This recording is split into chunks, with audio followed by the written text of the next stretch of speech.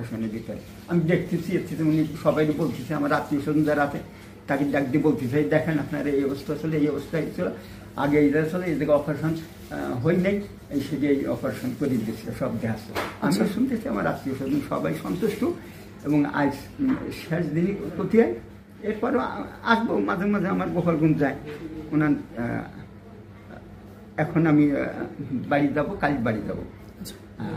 আমি খুব সন্তুষ্ট, ওনার জন্য দোয়া করছি, আরও দোয়া করি যে উনি একজন নামকরা বাংলাদেশের ভিতরে একজন শ্রেষ্ঠ ডাক্তার হোক।